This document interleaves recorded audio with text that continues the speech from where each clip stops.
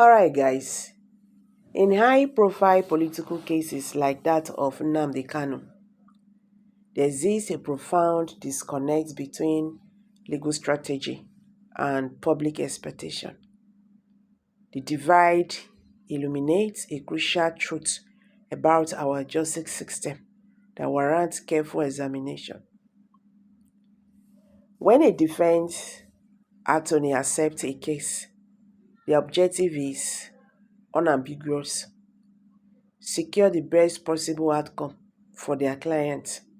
In Kanu's situation, this translates to pursuing a not guilty verdict or, failing that, the most lenient sentence possible. The path to achieve these results is secondary to the outcome itself. A defense lawyer represents Kanu, the individual, not IPOP, not Biafra, not a political movement. Their professional obligation extends exclusively to one person, and preserving that person's freedom is paramount. This destination often escapes public understanding. The legal professionals is straightforward. There is no inherent value in Kanu spending the next decade, and they have incastrated. No contempt, no competent defense. Anthony envisions their client as the next Mandela. The objective is reuniting Kanu with his family and restoring his liberty.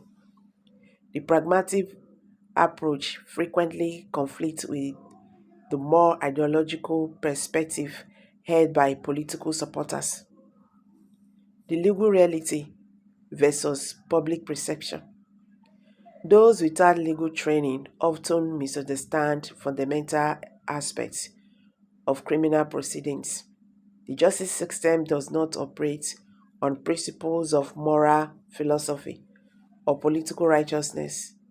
It functions within strictly defined legal parameters.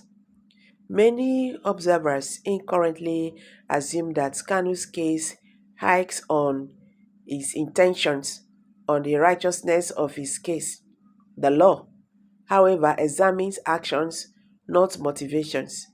If evidence established that he incited violence against law enforcement, his reasons, no matter how principled they might appear, become largely irrelevant to the legal determination. A significant tension exists between those focused on the man and those focused on the movement. IPOP supporters may view Kanu's trial through the lens of their border struggle, potentially seeing value in marathon for the case. Meanwhile, those closest to Kanu, his family and legal team, prioritize his physical freedom over his symbolic value. They seek his return home, not his elevation to status.